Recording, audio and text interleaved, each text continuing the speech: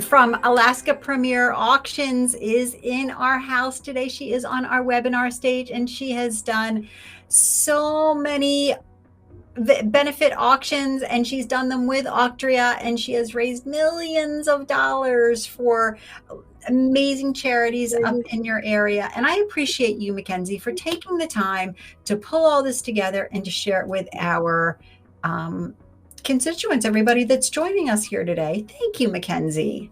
Of course, I am super excited to just kind of show everyone kind of what we've been doing and how we help set everyone up for success, and really see how else we can continue to help and inspire other people to continue doing amazing fundraising work. And by the way, we didn't even talk about this, but they are very active on Instagram. They are a great follow on Instagram and Facebook. They're always posting their events they're at, the behind the scenes. They've got some funny stuff on there to follow. And it's really refreshing and it's inspiring to see all the work that you're doing, and be able to pick up little nuggets just from a little Instagram post. So I know that's a lot of work and I appreciate it personally. Definitely, that is all our marketing department, and I love working with them, and they are just really the powerhouses in making sure that all of our social media looks and feels great and just keeps getting engagement going, because what works for everyone is going to work for us, and we make sure that everyone is really just in tune with what we're doing so that we can inspire other people. It seems like a really integrated team. So Mekenzie is the benefit auction manager at Alaska Premier Auctions. I mentioned that. Do you want to tell us a little bit more about your background? Yeah, so I actually came from Florida initially. I've been with the company just over 2.5 years now. I am going into my third year. And with that, I've become the benefit auctions manager here. And last year alone, we helped raise over $4.5 million for our local nonprofits across 40 organizations. So really making a huge impact in our local community, especially with how close-knit and small Alaska is. We've really definitely made a difference, and I am very proud and happy to be a part of it, and just continuing to see what works and making sure that we are strengthening those connections and making sure that all of our clients and our nonprofit partners are really making the most that they can. Super. Love for everybody to put into the chat pod where you're tuning in from, what kind of organization you're fundraising for. If I'm new to you, my name is Lori Hockman. I am the Director of Growth and Strategy here at Auctria. I am not here alone. I've got an amazing team that helps us pull all this off. And this is just a recent photo of us at our Auctria Summit this summer up in Canada, where Auctria is headquartered. This is what our agenda looks like. We're theming this. We've got the blue and the red, and they equal purple. We're going to talk about ticketing, event revenue streams, paid services versus volunteers, maxing out the software, data, good data in, you get good data out, some feedback, and making it memorable. So we're going to go ahead and start to roll through our agenda. Mekenzie, I'm going to give you the keys. She brought around some videos and all sorts of fun stuff. Drop any questions into the chat pod. Also, a little bit of fun of housekeeping. Yes, you will get the slides. Yes, you will get the replay. And I will give you Mekenzie's contact number afterwards, because she is an absolute dream to work with. Awesome. So like we mentioned before, we're really going to kind of do the red and the blue. Blue is your logistics and your planning overall throughout the event, and just kind of all of the thinking and planning side of things. Red is going to be the passion, the mission of your organization, and what you want people to remember. How are you keeping people engaged? What is your harmony and your love to your mission and your organization? Purple, we're the Big Purple Auction House here in Anchorage, Alaska. We have the perfect blend of the blue and the red, and making sure that we have all of the red and the blue, that we are making connections to your mission, to the logistics, and we're making sure that everything's executed in a way that is professional and profound to your mission. Did you want me to advance, or did you want to do it? Please. Sure. All right. Did I skip one? I'm sorry. Right. So with ticketing kind of being the first thing that we look at whenever we begin our planning process, on the blue side with our logistics, a lot of the times we want to look at having high ticket prices, with it kind of giving that feel for what to expect of an event. Higher tickets kind of people think more high class events. They have a higher notoriety of attending. The pre-selling and planning all of that in advance really does affect the quantity that you have available. If you want to have a VIP ticket, you'll have that at a higher price level, to kind of really add in that exclusivity and the more of the exclusive feel for the event. Your venue selection will definitely tie into your ticket pricing, how many tickets you have available, and all of that really is the logistics side of your ticket pricing. On the red side, we do have wanting to have your ticket prices low and making sure that it's accessible for everyone in your organization to be able to attend, and any of your supporters to be able to come and attend. That does kind of end up being more of what we call a friend raiser. So you have to find some balance in there and making sure that your fundraiser isn't overpowering the fundraiser aspect. The naming the tickets, you always want to kind of play into you always want to really play into, if you have a theme or anything, you can name your tickets, and or if you have a mission centered ticket naming structure or sponsorship naming, you can really go in and just kind of hone in on your naming for your sponsorship levels. It can get a little confusing if people aren't sure, but it can be done really effectively if it's done the right way. So Oh, sorry, did I move too fast? Just yell at me. You're good. You're good. So when we go into our purple tip for how we effectively see ticket sales being done, you should always really plan to cover your costs, your hard costs in your ticket sales and your sponsorship sales, so that anything that you do with the auction and your Funny Future paddle raise is above and beyond, so that you're not just sitting and hoping that your auction makes you break even. You should be trying to break even with your ticket sales and sponsorships, and making sure that all of that is covered in advance. By pre-selling in advance, you are able to really plan better for your attendance and all of your catering costs, because whenever you start to sell at the door because you want to accommodate more folks, you end up with more confusion and kind of hassle and struggle trying to fit people into tables and making sure that you have enough food for everyone, and it can just kind of end up more of a pain than it ends up being worth. And then opening your sponsorships in advance really allows you to kind of sell that exclusivity.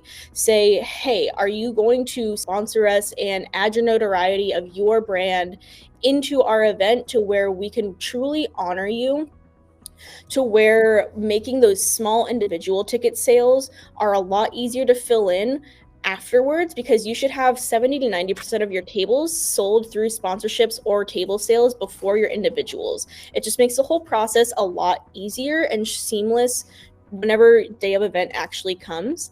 And pre-registering guest information from sponsors with Auctria has become super easy, with all of the pre-populated emails to send out to the sponsor and ticket purchasers saying, hey, please fill out your information. We capture all of that in advance so that we can make sure that out of those, if we say we have 100 attendees, if 90 of them come in with their information pre-vaulted, then our registration time is exponentially faster, and it makes it a lot easier to just make the whole thing go smooth. So a good example that I have here is the Alaska Wildlife Conservation Center. We're hosting their event here on October 4th. Their sponsorships went out to their current sponsors and supporters of their organization that they have before opening it up to the public, so that their current supporters and their core people who do really care about their mission and everything really do get that exclusivity of, hey, you're important to us, I want you to come.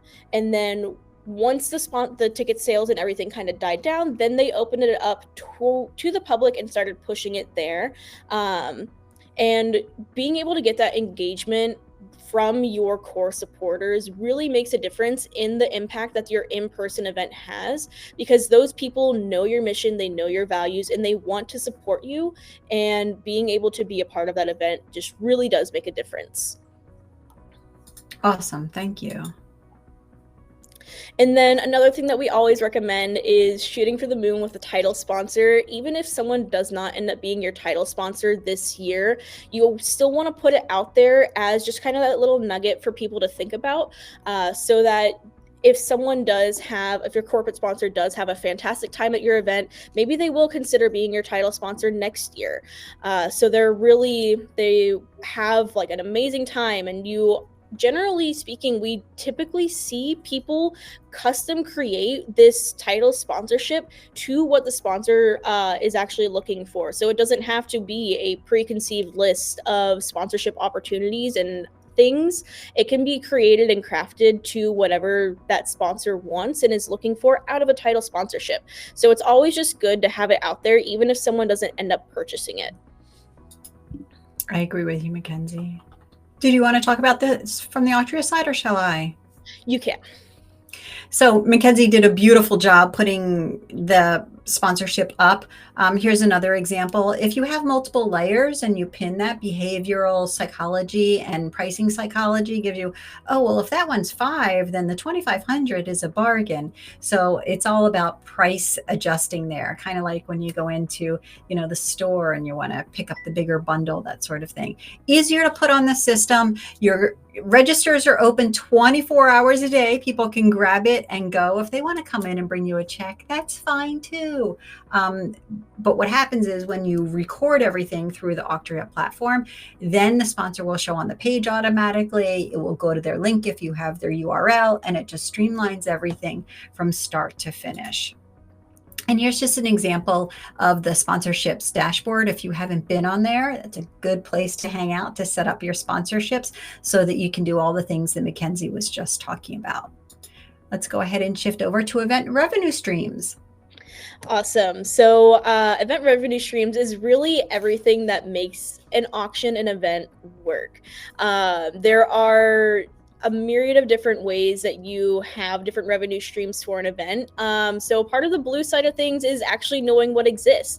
There is your live in-person auction, your silent online auction, a paddle raise or fund to future, mission moment, cash call, whatever you choose to call it, and then your games and raffles.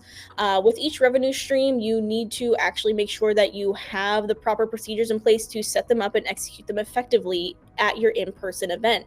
And not only just setting them up, but actually being able to sell and properly implement them into your run a show and timeline, and making sure that you're not just scrambling, trying to get things sold and not run into other things and mess up your timeline for the overall event. So making sure that you actually have those set rules and guidelines for what your run a show is going to look like really does help make everything run better and ultimately raise you more money.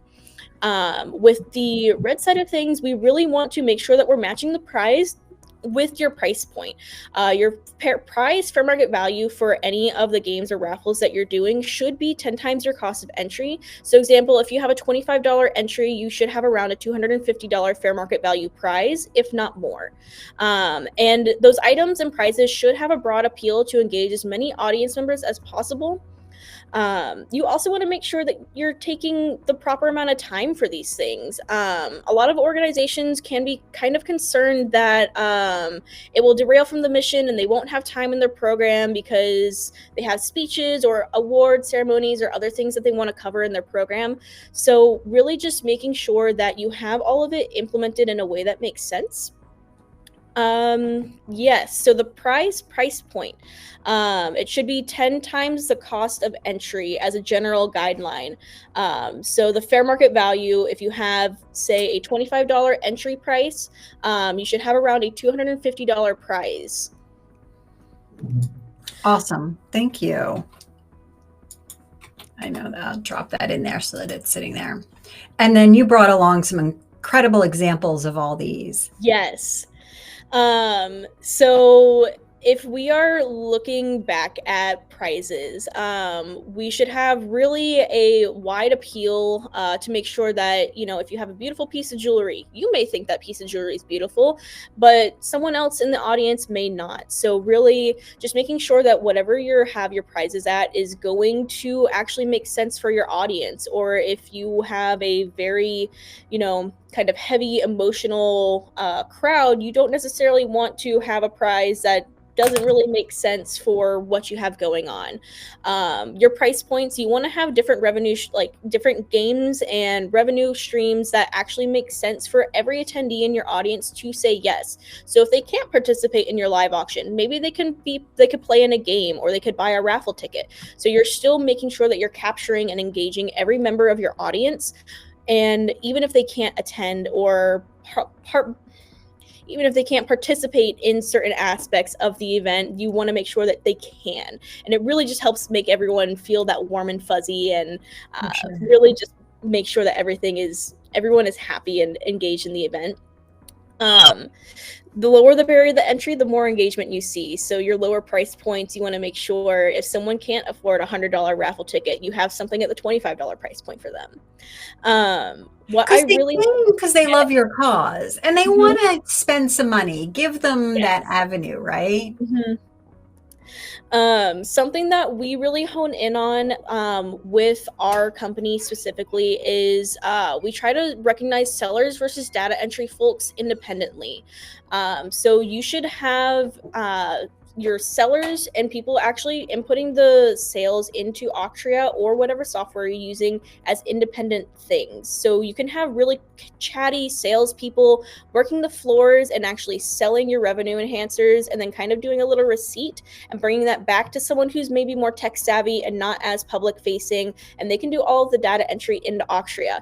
And Auctria actually has a really fantastic way to do all of your for sale items and revenue streams and all of that built out into the software. And it just makes things a lot more seamless, and you have less cooks in the kitchen whenever you're able to have only 1 or 2 people doing that data entry, as opposed to maybe you have 5 or 6 to 10 even sellers who are actually out working the floor and talking to your crowd. Awesome. Thanks, Mekenzie. I know there's a lot of stuff on this page. You're going to distill this for us, right? But there's so much on it. Like, how do you narrow it down? It's amazing. So a really great example of an organization who had a price point for every audience member to say yes was the Alaska Zoo, who we helped recently back in June. They had a couple of different raffles: their wine glass raffle, a table auctioneer for their centerpieces, the paddle drop at the end of the night, antlers or tail feathers, which is a modified heads or tails, and then the Red Fox naming rights raffle. So there was a bunch of different price points and a bunch of engagement, and all of the prizes were zoo-centric, and it all made sense for the audience because they were supporting the zoo. That's what they were there for. And so everything just kind of made sense and was really cohesive into the mission, and everything worked. Everyone really loved every single thing. Everything got interaction and engagement. It was just a very overall fun event, and being able to integrate and change the theming a little bit on certain things to like push it towards the zoo mission really just kept things really fun and engaging. Awesome. And I'm going to tie this back to, this is why Mekenzie asked in the beginning, you know, what are your goals? Is it donor engagement, and is it donor retention?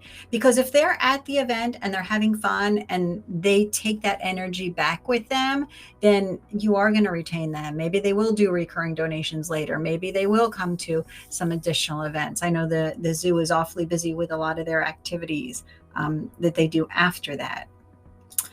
And then within, Mekenzie had mentioned it, within the Auctria software, it's so easy to put for sale items up. If you have an activity that's going on, whether it be drinks that you're selling, specialty drinks that night of, if you're doing casino night and being able to sell the casino chips, if you have a wine wall, a whiskey wall, any of that, you can do it very easily. People can either scan a QR code, pay for it themselves. You can have somebody roaming the room and do it through the admin app.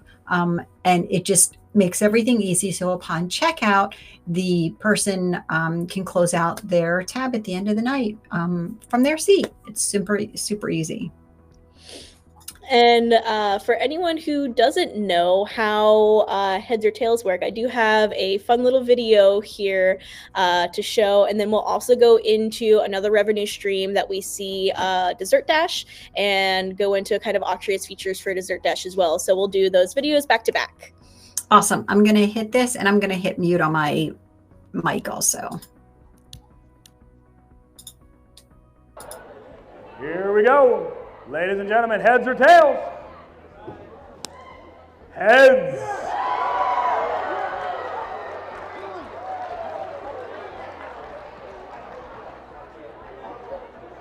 We're thinning out the crowd. Ladies and gentlemen, heads or tails? Wait for it. Heads.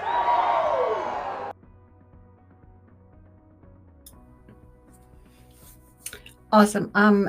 Somebody said that it wasn't showing, or they don't believe there's sound. Can anybody confirm whether they saw the video? It should be showing. I will send you the connection to the video so that you guys can watch it. Let me try the other one. I see it in here. Video and sound is working. Okay, I'm gonna move on to the Dessert Dash then, and I'll attach these for the replays. That way you can watch them amongst your team afterwards, so that you have a second round of them.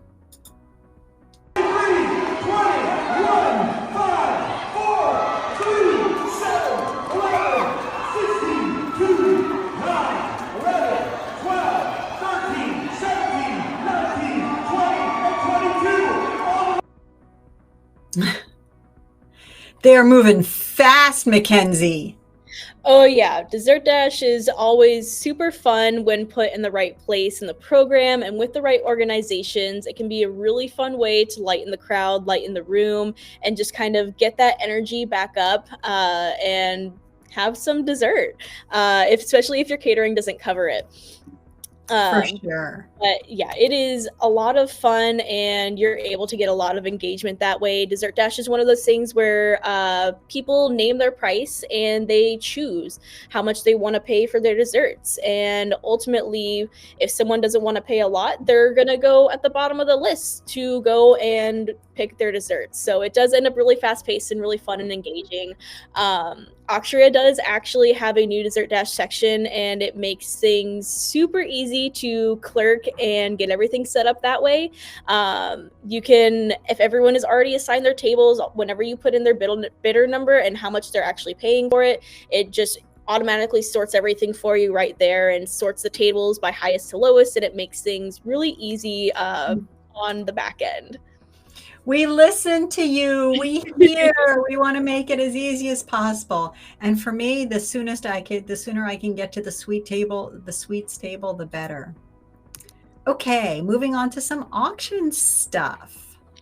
Awesome. So kind of really honing in on the auction side of things with the silent online auction as a focus of a revenue stream. The blue side of things is being able to set up for success by planning and beginning procurement early. The earlier you can begin asking and soliciting organizations, the better. You have to set clear deadlines. That is really the hardest thing to hold people and hold everyone accountable to, is deadlines. We generally like to see, the sooner the better on it. And a lot of the times, the hardest part after getting the items is actually getting everything in. If you have too many people trying to load everything into the software and working all at once, it can be kind of messy and confusing. So the earlier you start, you can create packages and load your information into the software sooner, which makes your last minute adjustments way easier as opposed to loading everything in last minute and up to the day of your event. For me personally, I like to work at least 2 weeks out before our auction is slated to go online, so that we have plenty of time to work with the organization and adjust things. And we also set proofing deadlines so that the organization can review things before we actually go live to the public, so that if they have changes that they want to see made, we're able to make those in a timely manner and still be able to have a conducive workflow. A large thing that we really try to hone in on, starting bids and bid increments. If you start your bid increments too high, you'll pass them by. But it's very understandable that you want to be respectful to your donors and make sure that they're feeling honored by the starting bid and showing the fair market value. But generally speaking, we like to see your starting bids at your 30% mark of your fair market value and 15% bid increments as kind of the sweet spot there. Because if you're starting with 50 to 75% of your fair market value as your starting bid, people aren't going to really engage as much, and you're really limiting your audience and who's able to participate. Even if they don't end up winning, it's what gets you there, not where you start. On the red side of things, a lot of the times you want to get people hooked on a good deal. It's an auction versus a fundraiser. People want the idea of a deal. That's what really an auction is for. You want to create unique one-of-a-kind packages that get people to fall in love with what they're bidding on and actually get them hooked and interested. If it's just a gift card, it's just a gift card. But if you're creating a unique date night package that has gift cards in it, it's harder to kind of guess what the fair market value is. You want to really focus on the quality over the quantity. You can bundle and package things down to make these unique packages instead of just having tons and tons of individual small items. It really does end up helping your engagement overall. A small minority of clients that we see does still like to focus in on the paper bid sheets. It lets people feel like there's more exclusivity for attending the event. But really that was more so pre-COVID. Post-COVID, we're seeing a lot more success with the online auction aspect because you're not limited to your in-person audience and you're able to share that with other supporters of your organization who weren't in attendance and get that more engagement and be able to just really, really hone in on everything there. Great tips. And then the purple passion. Oh yeah, so we see huge success with online auctions. We are not just fundraising consultants and auctioneers, we are a full service auction house. So all we do is online auctions. They have completely taken over and we will never go back to paper bid sheets. When you're able to publish online, you are accessing all of your supporters, not just the people in the room. We usually publish our auctions for a week before the event and close the night of the event before the live auction begins. So then people aren't staring at their phones during the live program. We want to have a clear delineation of online auction's over, live auction begins. We're engaged in person now. Even with the online auction side of things, we still see about 80% of the attendees end up as your silent auction winners and taking their items home at the end of the night. So that you kind of have that hour and a half of preview before your online auction actually ends. So your in-person people do still get to be your tire kickers and touch and feel everything in the auction and really get a feel for it before they decide to make their final bids. Because in an online auction, 90 to 100% of that traction comes in the last 10 minutes to 5 minutes to 1 minute. And that's where all of your engagement really happens. So with that, the 20% really being the people who are external and may not have been able to attend in person. But the big part is that they were included and they got to be a part of your event, even if they weren't there. With us being a full service auction house, we personally in-house start everything at $5 and go up from there. And no reserves, no showing fair market values, nothing. Everything goes up from there and the audience decides what they want to bid on. And we do see success in that with over $1 million asset auctions. It's all in the psychology of it and really getting people hooked on the idea of a deal, even if they end up paying fair market value or above. It's all in the psychology. Like, I started low, I'm not going to let it go. I had it with and even if they don't win, people are still registering, you're still gathering their information, you're still seeing who's interacting with you, and it really is all about nurturing that engagement and participation year over year and being able to know who's really looking at and supporting you. What items got more bids versus what didn't. You're able to see that whenever you have everything online and know what people are looking for, as opposed to your in-person side of things where you only have that handful, and that's not really inclusive of everyone that may be looking to support you. So the example I have here is just of a RV auction that I was the manager for, where we started everything at $5, no reserves, everything sold. It was over $1 million asset class auction, and we did end up beating that. We went into over $1 million in what all of those RVs ended up selling for. So just kind of getting that little tidbits in your mind that maybe a 50 to 75% starting bid isn't the way to go, because you are barring people from participating lower. Awesome. And then, like you said, you can do all of this on Auctria. This is just a sample page. If you haven't seen an online auction, shows you what the current bid is, what you need to click on to bid for something, and it automatically sends you outbid notifications. And when you win, it automatically sends you a notification that you've won. It really does make it easy to run the online auction. I see Jen Bode's email here, or note here. It says, once you switch to an online auction, you'll never go back. You're not the only one out there, Jennifer, for sure. So thank you for noting that. The online auction, you do allow people to bid immediately. It gives them a confirmation, shows them that they're the current highest bidder. You can also put in a max bid if you want to say, hey, I'm willing to bid up to $4,000 on this item. And if you get outbid, your bid will be rebid systematically, so you don't lose out on something that's precious to you. And shifting over to paid services versus volunteers, some blue tips and some red tips. Yes. So using volunteers versus paid services, it can be night and day in your experience, in your actual attendee engagement and how your event feels. On the blue side, your volunteers do just want to help. They're eager and cost effective, and there's tons of different outlets where you can actually source volunteers from, whether it's your organization or a volunteer hub. So really knowing what's out there does make a difference in how you're able to train those volunteers and what they're able to kind of learn and be able to really just how you're looking to engage and utilize those volunteers. Volunteer hubs, if you don't know, sometimes your banks have volunteer hubs, your local organizations, young professional groups. Those are some outlets that we see up here that have volunteer hubs. So that may differ in the lower 48, but those are just some outlets that we see up here be really successful in being a good resource for volunteer solicitation. Especially if you don't have enough people from your organization. If you're a small organization and you don't have a lot of staff members to be able to allot those resources, consider reaching out to a volunteer hub. On the flip side of that, you have paid services where you are they are trained professional people. That is what we are. We are a paid service organization. We have different service levels that we offer.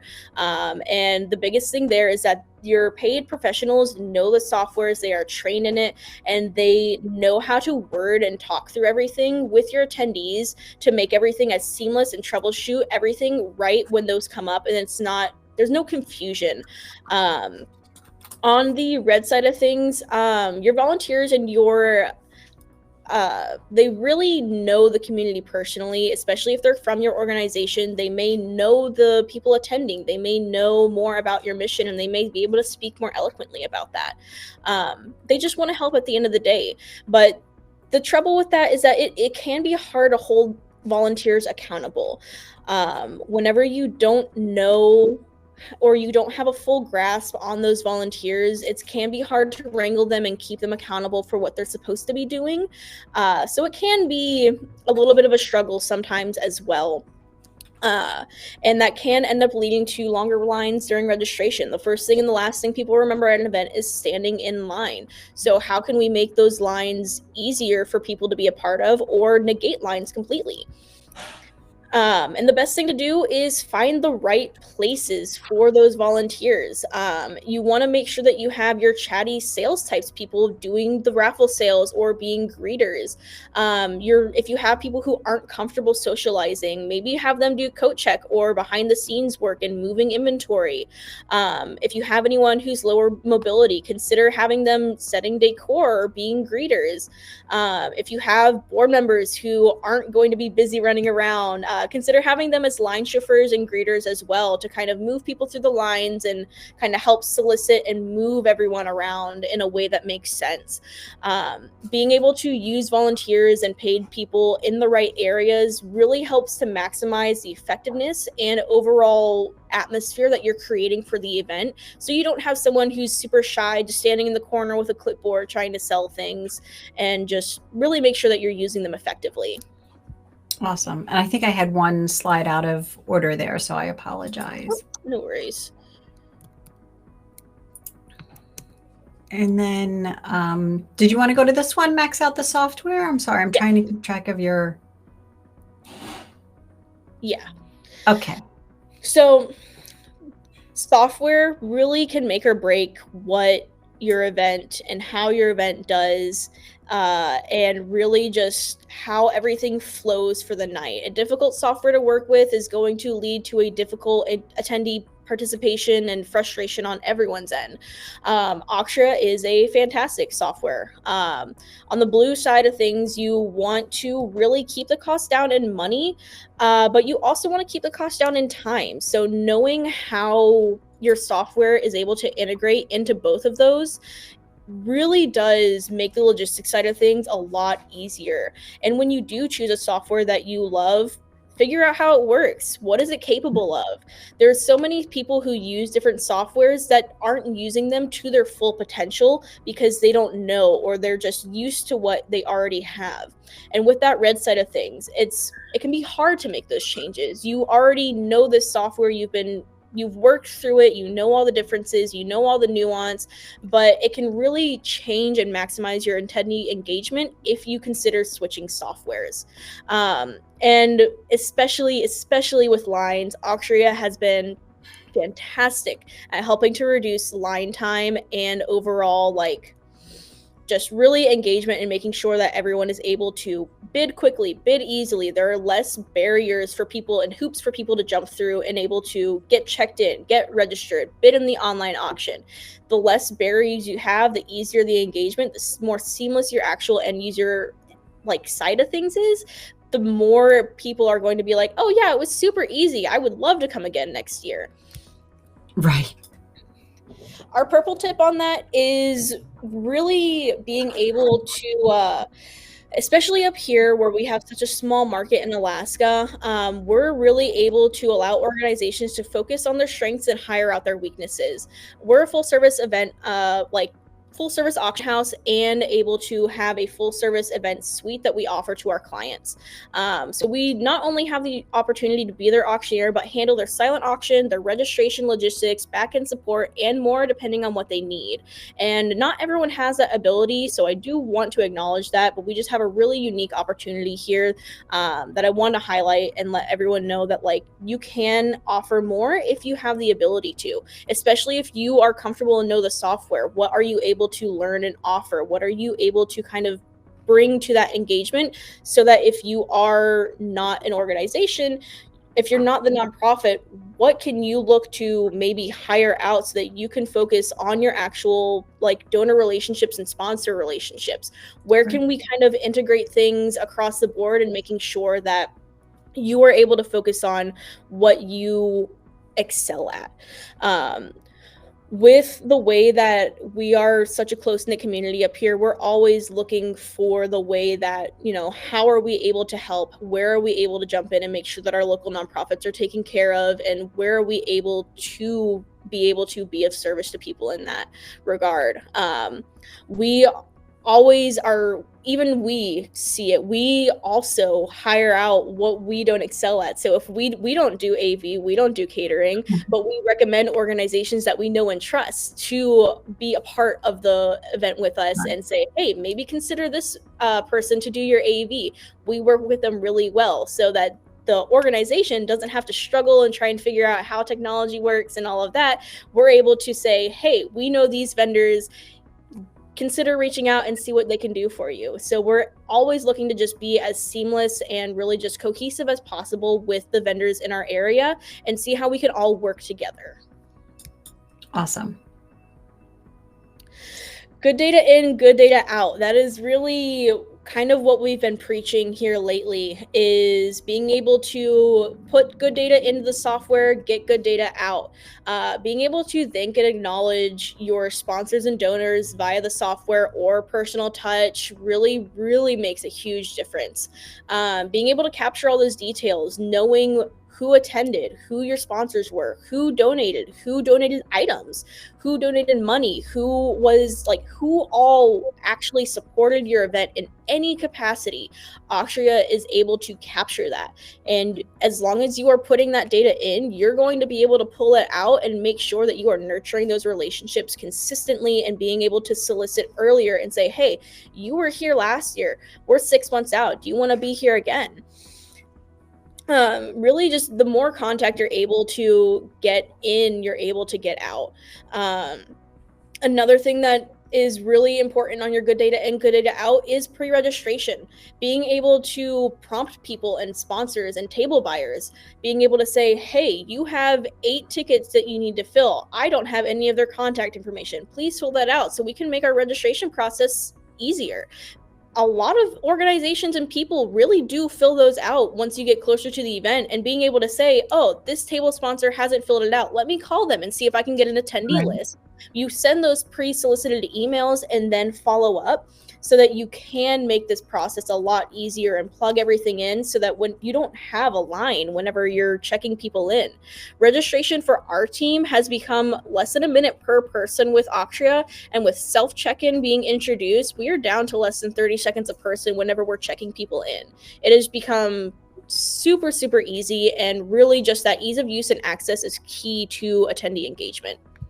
That's phenomenal, Mekenzie. I appreciate you giving us that feedback.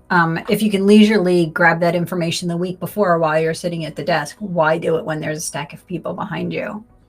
And you led into this so nicely, teed it up. The self check-in is a great way to do that. This is a created system email. Obviously, you would want to have your logo on there. Maybe soften up the language a little bit. I'm sure Mekenzie puts in some purple hearts and some purple things in there, and telling people, "Oh, come to the purple line. You know, you'll be on the fast line. Give them the champagne as they walk in." But you, as an admin, you can trigger the email or the text, and the guests can go ahead and add their credit card. And once they're checked in, they'll receive an email or a text with confirmation. And if you allow it, they can have their paddle number and their table number so they can just enjoy the evening or day or afternoon or whatever it may be.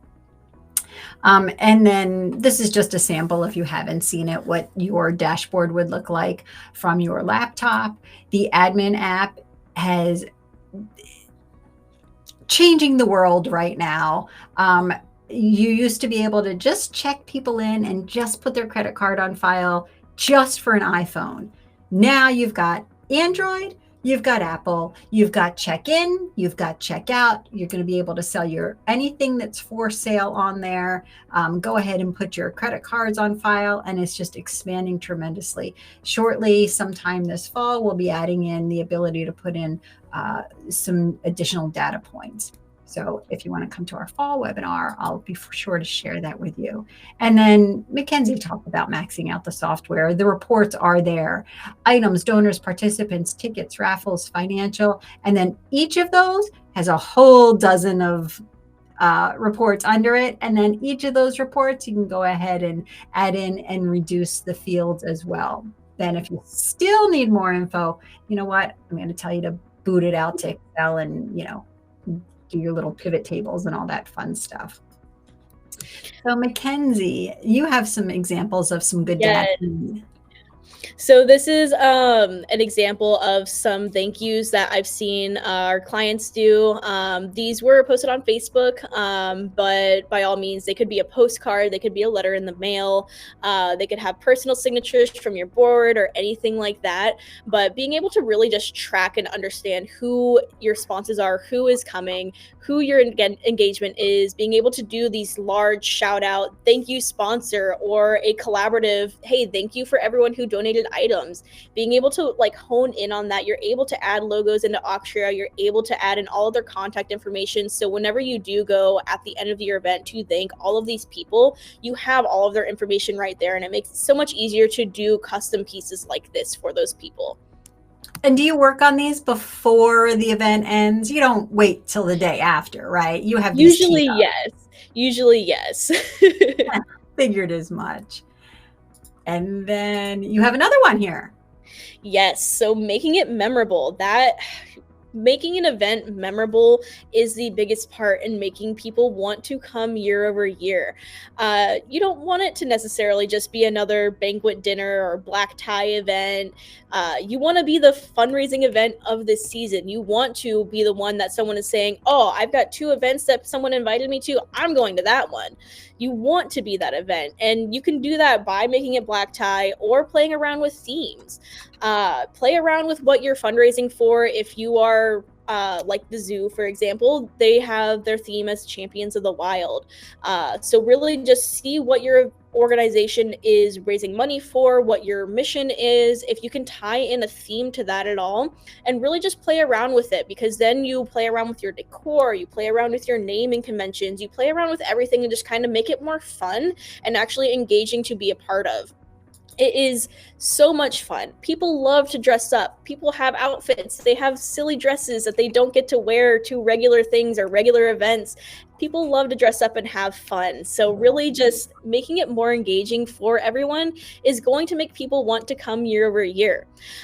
Especially taking professional photos and like hiring professional photography, videography. It can make a huge difference in selling out your next year, because you have proof of people having fun, of being at the event. It really creates that FOMO of people wanting to be a part of it. Like, oh my gosh, that looked like so much fun. I want to be there next year. I have to be there next year. And even photo booths are a really great way to do this. Some of your AV companies do have photo booth packages. So maybe look and see what's out there for photo booths, and being able to really just nurture and make it more fun. Even if it is a heavy event, being able to have some fun aspect like that is going to keep people more engaged and not just like, oh man, that was really heavy. It can really help ramp up for next year and know what next year's going to look like. Set your next year's date in advance. Talk with your board and talk with your committee and see, okay, this event is always going to be on the first Saturday of the month. Make that a point and promote it at your event and say, hey, maybe we'll sell a head table in our live auction for next year's event, and really just create that energy around next year. So people are already planning in advance, like first Saturday of this month, I'm always at this event. I love it. And really, whenever you are looking in ways to make it memorable, you can tie in all of your revenue enhancers to that mission and to that engagement. For examples that I have here, the Wildlife Conservation Center, they took a standard mystery box and made it eagle or egg. If you got an egg, you were a winner. If you got an eagle, better luck next time.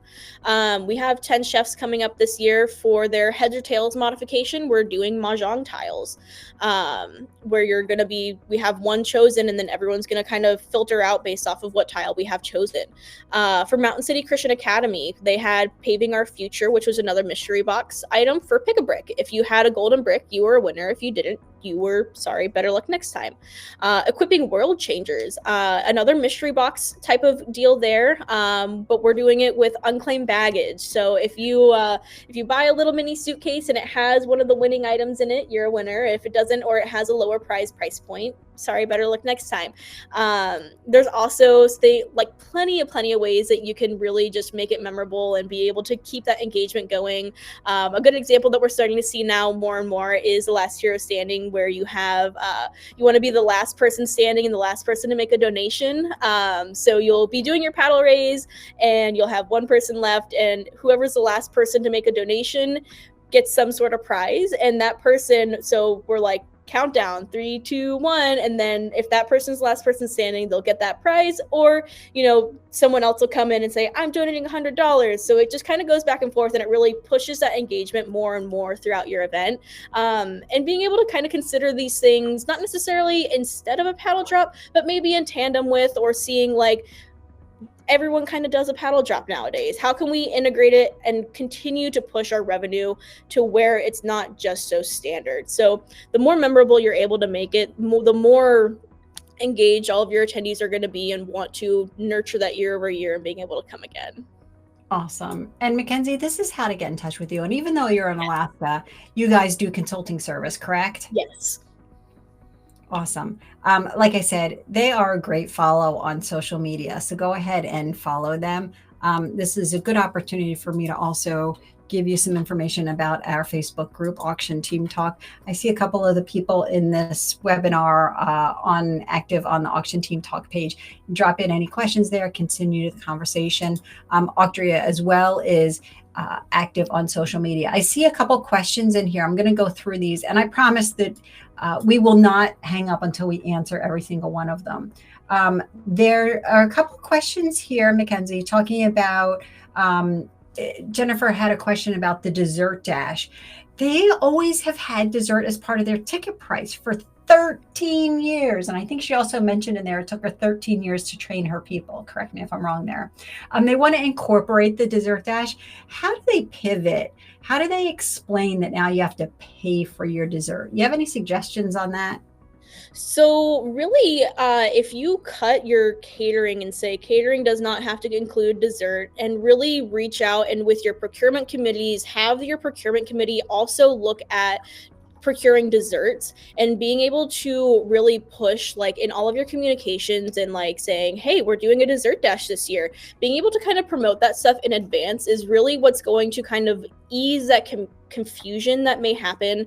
And also having a really effective auctioneer or MC on stage, or including it in your program booklet, explaining what the rules are, how it works, being able to have all of that written out and having an intermittent announcements throughout the night to kind of help ease any of the confusion that may come about. And they are welcome to, you know, put as low of an amount as they want on there, but they aren't going to get first choice of their dessert. And the goal of having different desserts solicited is that you have some really extravagant, awesome pieces, maybe from local businesses, or you have like a really awesome chef in your committee, in your organization, who is going to make this beautiful, awesome dessert. Really just being able to see what you're able to procure, because whenever they see those in person, and it's not just your standard cheesecake, one slice of cheesecake, right. You have a whole fancy, gorgeous cheesecake that you could buy for your table. It's really, it's a lot more interactive and able to kind of just like be more engaged and really just help the flow and really just push that revenue just a little bit more. Awesome. There's a note in here, Laura says, a lot of event planners are advising that we move away from the online silent auction because they are too time consuming. Any comments on that? Would you like to give your 2 cents? Yeah, a couple of people were noting that it looks like we might be frozen right now. Wanted to make sure we were clear there. Tracy, are you okay? Yeah, it's fine for me here. Okay, everybody seems okay. So in regards to kind of shifting away, I think it's really weighing what your time is worth versus what you're getting out of the auction. So if it's a service that you're hiring out, or if it's something that you're doing internally, really, I think it's a matter of weighing what your organization is getting out of it versus what you're putting into it. If you're putting in too much time to where you don't feel like you're getting a return on investment, maybe step away from it. If it's something where you still have a lot of engagement on it and you're actually seeing a solid return on investment, then maybe continue doing it, or maybe consider designating only a couple of people towards it instead of your whole organization. Really just finding the balance there is really what we see. We're seeing some of our clients turn away from huge silent auctions to smaller silent auctions. It's less of a lift on their end, and they're able to focus on the quality of items they're procuring and soliciting, as opposed to trying to get as much as possible. And honing in on that has really helped the return on investment and being able to not be such a burden on the committee in the procurement efforts. Awesome. Thank you. Question about reserves. Do you hide those on Auctria, or do you show the We value? do keep all of that hidden. We don't show fair market values, and we also don't do buy it nows. It does kind of create a cap in people's mind on what they're willing to spend. Mhm. So if I see something's worth $100, why would I pay more than $100 unless I really like the organization? Hiding that fair market value and crafting those unique packages where it's harder to guess what the actual fair market value is really does push those bids higher than the fair market value because it's Right. not obvious. So we don't like to show that just because it can create a preconceived notion like, I'm not going to pay more than $100 for that. So it does really kind of like, it's an engagement psychology kind of thing. Absolutely. Gabby asked about text messages. Do they get text messages? If you're on our Emerald or Diamond plan, yes, they get text messages, provided you've set up text messaging and they given you a text number. So Yes. I just want to caveat that. Some people get mad at me. I'm like, did they give you a number? No. How am I supposed to know? And then Margaret wants to circle back to the $5. Are you saying that they should start every online auction at $5? And by the way, Mekenzie and Alaska Premier Auctions are not the only ones that are doing this. And So having yes and tremendous no. Yeah. With all of our in-house auctions, every single thing we sell starts at $5 and goes up from there. But I know there is a consideration of your donor who has this very high class item may be offended by that. So there's Right. a balance there, but the lower you start, the more engagement you'll get and the closer to that fair market value you will end up getting, if not exceeding, because there was no barrier to entry.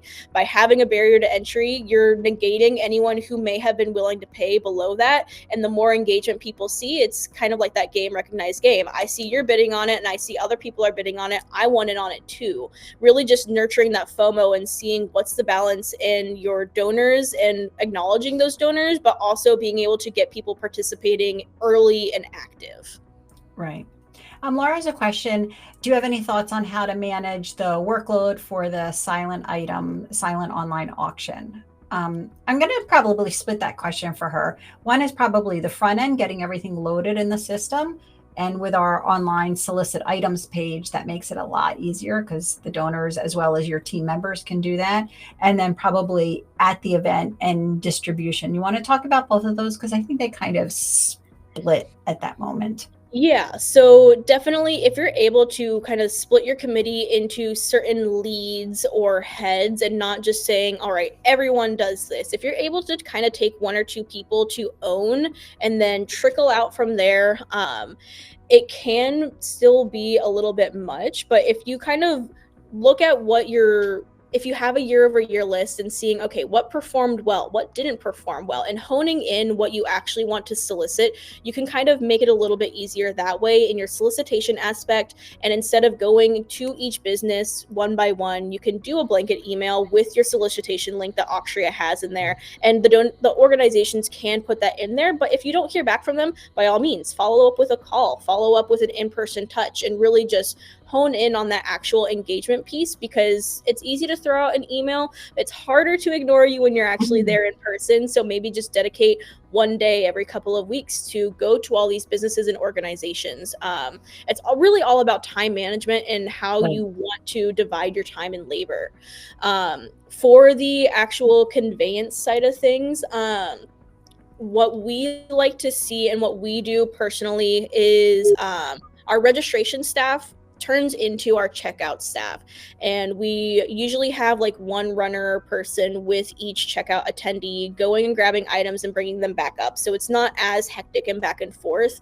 And being able to visualize everything that's on someone's invoice, being able to say, all right, looks like you won all of these things. You hand off a sticky note and those your runner will go and grab that. It kind of helps that item conveyance and distribution at the end of the night. Absolutely. Lori, Mekenzie, I'm going to jump in because there's a couple more questions while we were talking about the reserve and the $5 bids. And so Sure. if you don't mind, there's two questions that came in. Jennifer asked for Lori, for reserves, like on those with the $5 bids, are they automatically hidden by Auctria, the reserve price?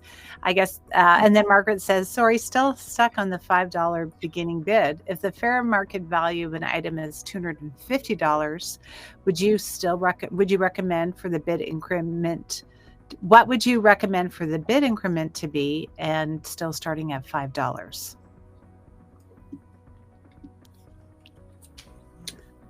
Yes, they are starting them at $5 because they're getting more people bidding, and it'll eventually go up. You can follow Mekenzie and watch some of their auctions. They put them up on the pages all the time. I'm speaking on your behalf, Mekenzie, but You're fine. So your reserve kind of would be your starting bid, depending on how you're looking to do things. If you have a reserve set in place, generally speaking, you want that to be your starting bid. So even if only one person bids on it, you are meeting what your reserve is, and then everything else would be above and beyond from there. With speaking to bid increments for something that is $5, the way that we handle it in-house is through manual adjustment, and it's usually $5 increments. But once you get to a certain point, you can absolutely change that to be larger increments. We have kind of like a sliding scale where once it hits a certain point, the increment changes. Auctria doesn't quite have that feature, but you can definitely, if you hit a certain point, you could manually go in and change that. But if it's easier in bite-sized chunks, the more you're going to get more people engaged, and just keeping it really easy to chew, easy to bid, easy to hit that button. absolutely. Tracy, did you want to guide us? Yeah, I think that was it. I can appreciate that stress, Mekenzie, you must walk your clients through. If I had a $400 item and I'm really going to start at $5, and that concern, what if it only sells for $125? So I think we can all appreciate that stress that you would feel. Yeah. And I would think if there is a reserve price, perhaps if it's a consignment in Auctria, if you do put a reserve price, the guest won't see what the reserve is, but they will, when they bid, know that they're under reserve. So Right. if you do put a reserve price, they don't see what it is, but that they'll know that there is one. So Mekenzie, perhaps that might change. I don't know if you ever deal with consignment, and I think that's likely where you're saying then you do want to have a starting bid. Because you know that it doesn't have that space, but you likely would have your starting bid at your reserve as low as it can be, and then see everybody jump in on that. Right. Definitely. And if you have you're at a school and there's somebody that donated their artwork, and you're going to, crush their soul if you start something at $5, then don't start that one at $5. Start it at whatever they think the wine is worth, or whatever the art is worth, or whatever, and just make them happy. It's okay. That's really the biggest thing. If you know you have a donor who's not going to be happy with you starting it lower, do what you can to nurture that and reassure them that the market will bear what they deem it's worth. Just because you have a $1,500 piece doesn't mean that it will actually sell in auction for $1,500. Right. Being able to communicate that to your donors, and really being able to nurture those relationships and say, look, we greatly appreciate this. We're going to put it in. We're going to start it at this. And being able to just reaffirm and just really nurture that is what makes all the difference. Absolutely. And this is just one option. I mean, Yeah.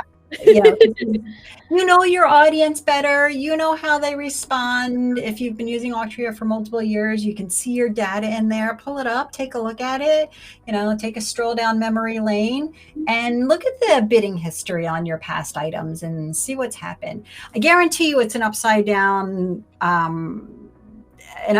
bell curve. As soon as your auction items, there's a lot of activity, and then it plateaus, and then at the end, boom, it soars again. Everybody is getting in at the last couple minutes there.